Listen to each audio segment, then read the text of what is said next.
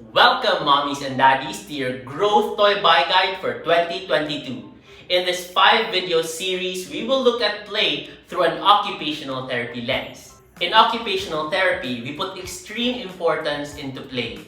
We use it as a means or a modality to help us achieve the skills and the milestones that we want our children to achieve. On another end, we want this to be a goal or an outcome to be achieved by children who have a hard time participating with other kids, such as those with autism, ADHD, or Down syndrome.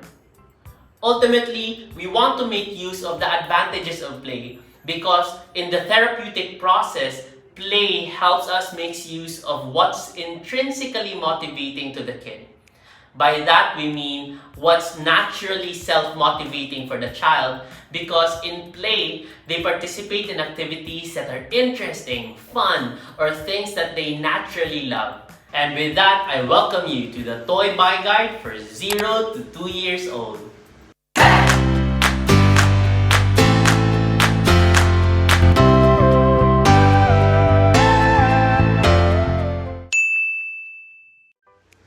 At 0 to 2 years old, sometimes we don't think that play is important because at this stage of development, we often think that the main goal for children is to get their survival skills.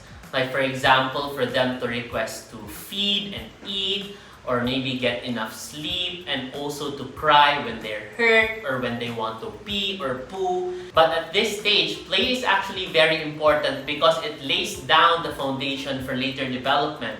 In particular, for social emotional development, even at 0 to 2 years old, this is where they learn how to calm themselves and how to start relating with other people, starting with the parents and then with other people. Later on, it also affects the physical development of children because at this stage, this is where they develop sensory integration and then apply that into motor planning. The way we view children at 0 to 2 years old is that they start learning about themselves more. This is where they develop their body scheme and body awareness, where they will learn where their body parts are, where their head is in relation to the body, the arms, and the legs. And then later on, they will expand to exploring the environment. When they develop their motor skills, they will start by exploring with the bed first and just roll around. Later on, they're gonna crawl, creep, cruise, and finally walk around the room and even outside the house. Lastly, we can see the child develop their own self-identity, where they see themselves starting first as part of the mother, where their routine and their identity is directly attached to the mom. And later on, it dissociates. As they learn about themselves, they see it now as separate from the mother. And we see it as what we hear in books a lot as the terrible twos. But this is just the kid trying to see themselves as a separate individual now. The first milestone we're going to look at is sensorimotor play. And it starts with the child learning by cause and effect about his body and then later on the environment. By cause and effect, you will see the child doing actions again and again and again because it could be causing pleasure for one or learning for another. You will see the child starting with his body first and trying to develop this body scheme and body awareness about where his body parts are. So here you will notice the child touching parts of his face, could be his nose, it could be his arms, and also the clothes that are on each specific body part. So they could be rubbing their shirt, it could be their pants or their shorts, and also the pillow that their head is on, and even the blanket that they have while sleeping. Later on, after learning about themselves and their bodies, they will expand their learning to the environment. Again, we started with them learning about the blanket and the textures of pillows. Later on, you will notice them trying to reach for things that are near them or in front of them. You could have the mobiles that are hanging above their cribs, and you will also see their eyes being fixated and following people moving about in the room. It is this stage where you can focus on cards or pictures that have high contrast.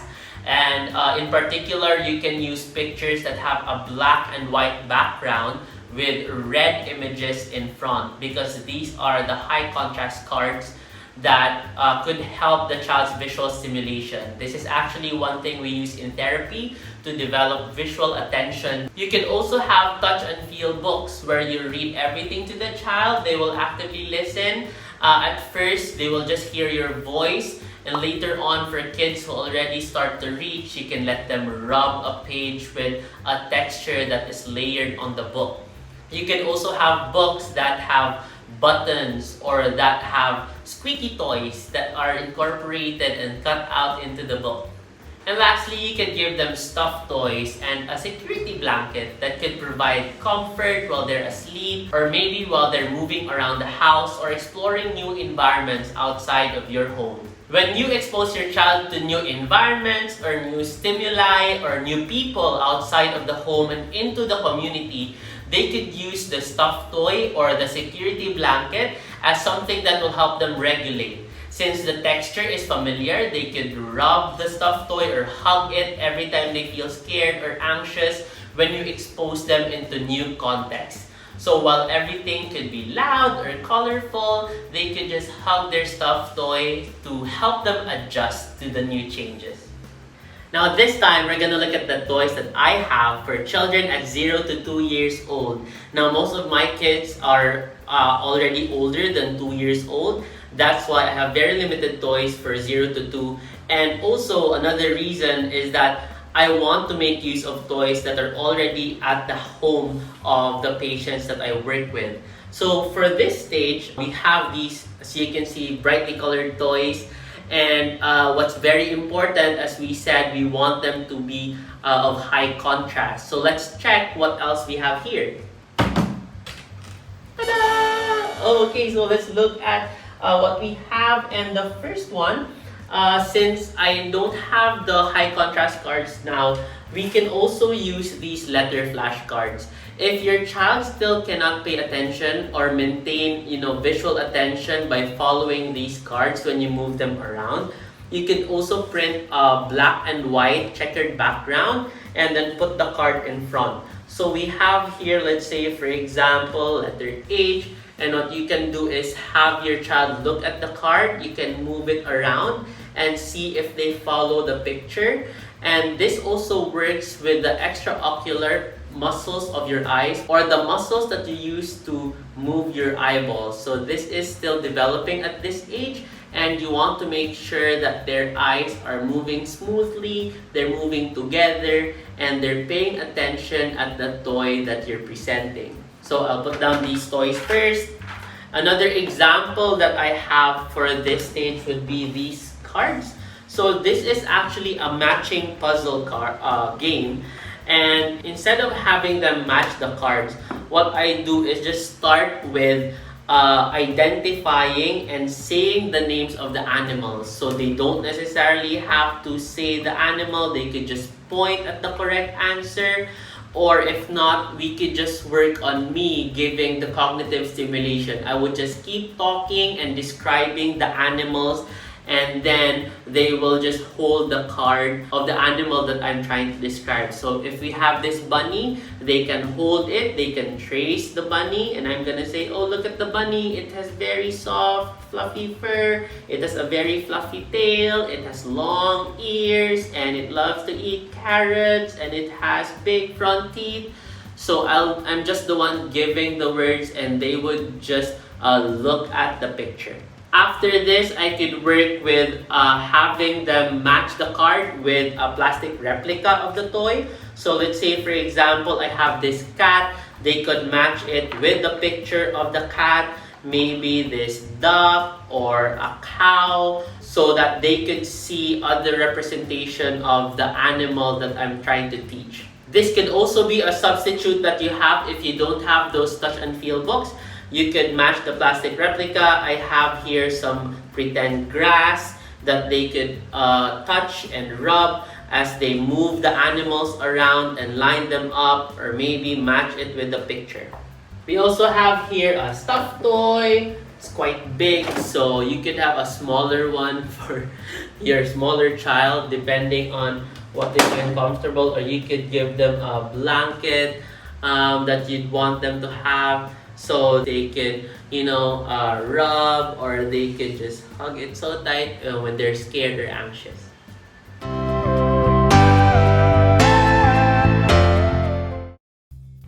As the child approaches 12 months of age, you will see that from sensory motor play, they will transition to what we call functional play.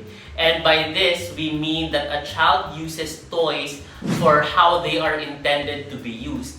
Like for example, we expect a child to use a shape sorter where the child would shoot the shapes. Or maybe a child would shoot rings for a ring stacker. This is in comparison to sensory motor play, where a child could be just exploring the textures of the toy, just rubbing them and throwing them or shooting them, or maybe just rolling them or lining them up. You can also see the kid at sensory motor play just mouthing toys, exploring toys based on their textures, but this time using their tongue. So they could get a toy and grab it, get a toy and taste it, get a toy and lick it. Now from this type of play, they would transition to its actual intended purpose. You can introduce by giving toys that have this cause and effect element to them, where your child could press a button and it produces a sound, or the child could throw the toy and it will bounce, or throw the toy and it will light up, throw the toy and it will make even more sounds. You could have musical instruments where a child will do an action and they will produce sounds, which is still cause and effect. They can shake a rattle, they can hit a drum with drumsticks, or you can have them explore a xylophone and it will play different sound as they hit different keys, or maybe some electronic toys where they press and it will sing a nursery rhyme, or they press this button and it will make a letter sound, or you press this animal and it will create an animal sound. For the second milestone of functional play, we see how we can transition from sensory motor using the shape sorter. So as you can see, you can start by introducing this to your child and they would play it in the sensory motor way by shaking it. So they could go by using it as an instrument, or they could open and spill, and then they could shoot. Moving on to functional play, this is when they would play it for its intended use. So they could have this shape and then look for the shape that it matches with, and then they'll go shoot. So that's the difference between sensory motor moving to functional play. For this one, the bead maze, you will see your kid exploring the beads and the rings by mouthing. So they could start by biting, they could start by just shaking this and throwing this and hear the sounds, look at the parts move. But when they move to functional play, they would start holding the rings and moving it along the metal lines. They could also move them one at a time, or maybe you could give instructions for the colors or the amount of beads that they need to move. You can also have this ring stacker, and your child could start by just rolling this. Some kids, particularly those who have spinning as a schema, they would spin this like this, or maybe they could try to make it stand, or they would look at it fall this way and look at the sound, look at the color, look at the ring move. And later on, when they develop functional play, that's when they go shooting it based on how it was made, or how it was intended for them to play with. And last one, if you don't have any toy that produces sound, as you can see, we've used this one, we've used this one. So any toy could produce sound. But if you don't have musical instruments, you can also have makeshift instruments like this one. I used some eggs, the plastic eggs, and inside I put some rice so that they could use them as a rattle. So shake, shake, shake. They're gonna use this one as rattles. You can have one each, and when you shake it, they have to shake it with you. So also work on the imitation skills of your child. Aside from that, you could use the same plastic eggs and put in some toy surprises, and you could work with open, close for still the same cause and effect element.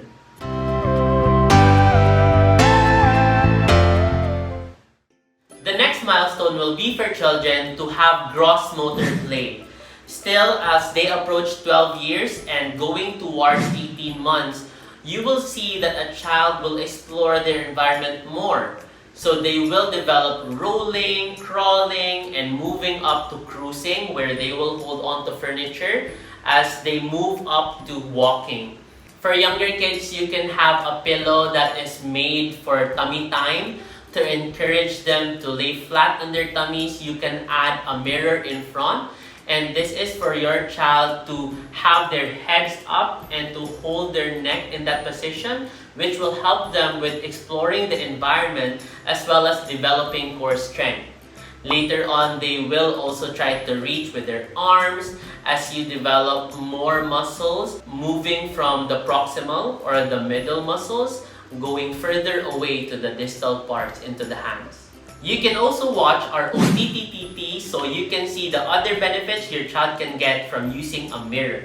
For the third milestone, you've seen the use of pillows, but another tip I want to share is this one. You've seen this already, the cards earlier, and I want you to see how I use tape. It's a very tiny thing that you can add, but you can put tape on the cards and then have them tape on the wall, and then your child can reach for them. So instead of you just handing the card to your child, you can put a small amount of tape at the back, put it on the wall, and this works with the gross motor skills of your child, because instead of just working with their hands like this for you to give, they need to work on their trunk muscles so they can stand, and then their upper extremity muscles with their shoulders and arms, because they need to reach up high so that they can get the cards. So you can put the same toys, you can have these cards, and also the flashcards we had earlier for the letters. You can tape them on the wall and have them reach for them while you're playing with those visuals.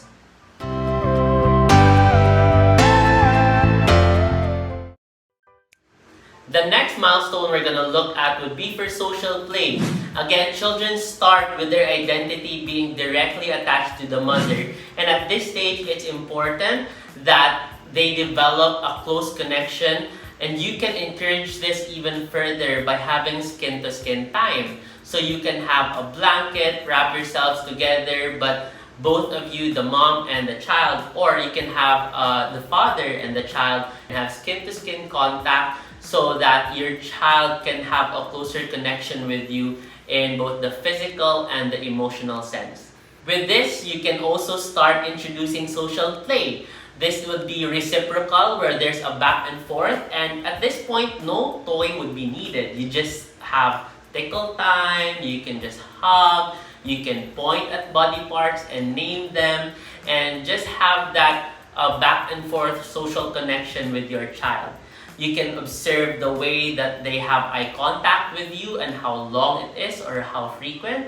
You can also see how they respond to name calling or how quickly they look at you when you call their names. While those don't require toys, you can also use some cause and effect toys like bubbles, where they wait for you to dip it and then blow the bubble, and they can signal you by holding your hand to put it in. Or maybe they have this favorite toy and you play it with them, and you have to wait for them to say give or to signal with their hands or look at the toy before you give it to them, just so you can have this communication using their favorite toy. And another thing would be to read to them. They could sit on your lap while you read a book. They don't have to understand the story. They could just hear your voice, listen to the rhythm of how you speak, and you could be the one pointing at the pictures that you show them in whatever it is you're reading, which is, of course, also important for your child's foundation for language and communication development. Social play is very important as well for your child's emotional development. And aside from the tickling and the touch and the peekaboo play that you have, you can also have another sensory input by adding lotion when you give a massage to your kids. So you can just spread out the lotion, put it one drop at a time on your child's arms, and then spread it out and just give some deep pressure to help your child relax. Aside from that, you already have here the bubbles, and this is one of my most important and most favorite toy that I bring to therapy because it's like a universal toy. Like it's like all kids love it, regardless of the diagnosis, the age. Anybody and everybody loves bubbles. Even kids who are still having a hard time requesting, you would notice them trying to reach for the bottle. So you can work on them making requests and also shooting this stick into the bottle. And when your child's older, or if you're able to work on the oromotor skills, you can have them blow the bubbles themselves. Lastly, since our goal is for your child to develop a good body scheme and body awareness that is separate from the mom, you can work with Mr. Potato Head. Now, a lot of people think that helping your child learn the body parts isn't necessarily play.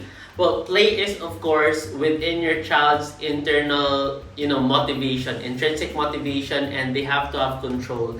But of course, there's nothing wrong with teaching your kids where to position the body parts. So you have here the eyes on top, the nose in the middle, followed by the mouth in the bottom. You also have some extra body parts that you can hide here at the back. I'm sure a lot of you are familiar with these already. Now, for most kids with autism or ADHD, they have a hard time remembering where the body parts are or identifying when you ask them to point at the body part. And this affects them in a way when they do their self-care tasks, especially when you give instructions. So let's say you give instructions of put this on your right arm or left arm, or put this on your nose, or try to wear this over your eyes for the glasses.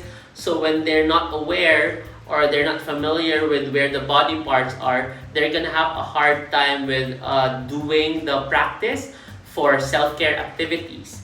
So this is why we're gonna use Mr. Potato Head. You can use a doll, you can use a mirror where they can see their body to develop and enhance their body awareness.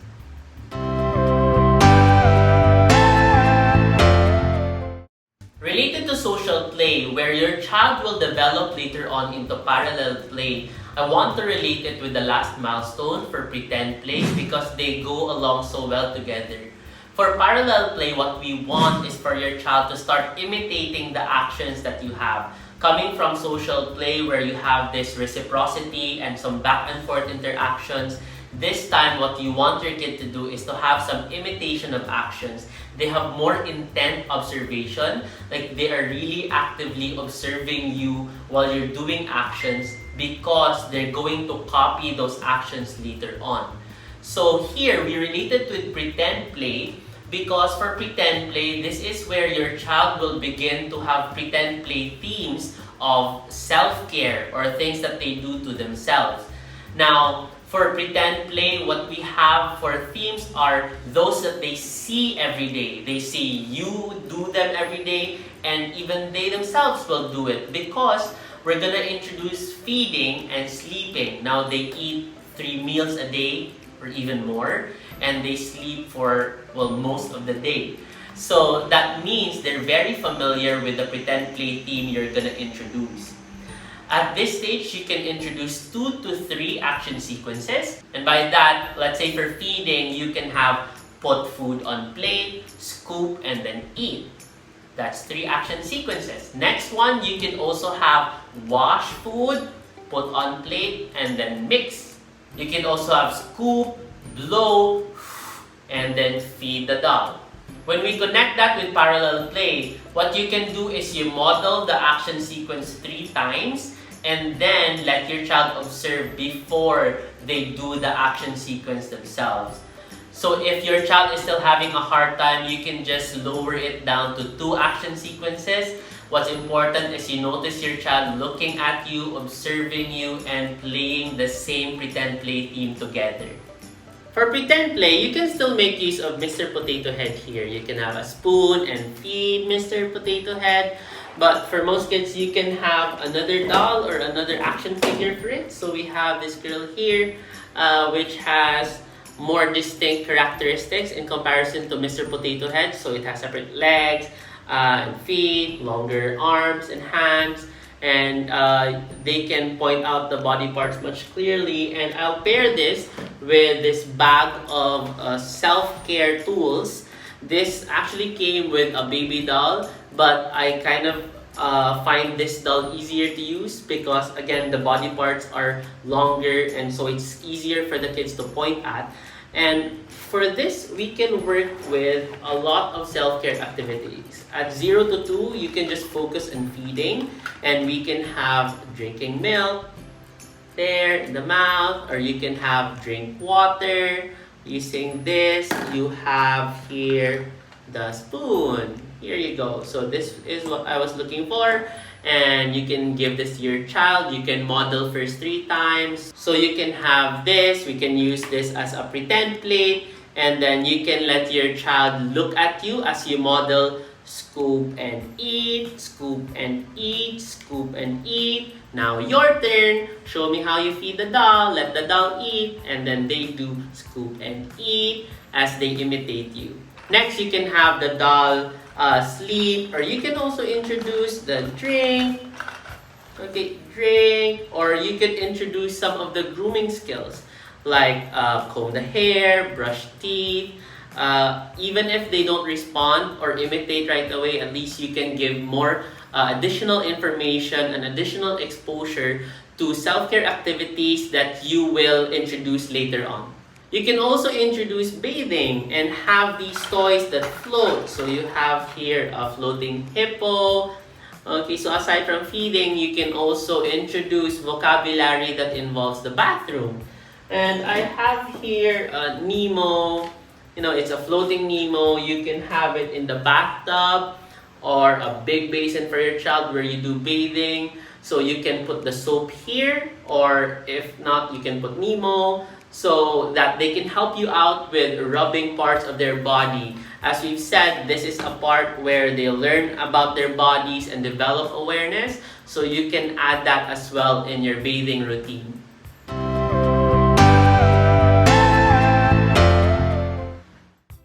And that's it for the toys that you can buy for your kids at 0 to 2 years old. Watch the rest of the series to check out the other toys for other age groups. Comment down below all the toys that you're planning to buy for your kids. And if you're watching together, what toys did they point at or ask for you to buy? I can't wait for you to spend time playing with your kids. But remember, it's not about the toy, it's the time that you spend playing together that matters.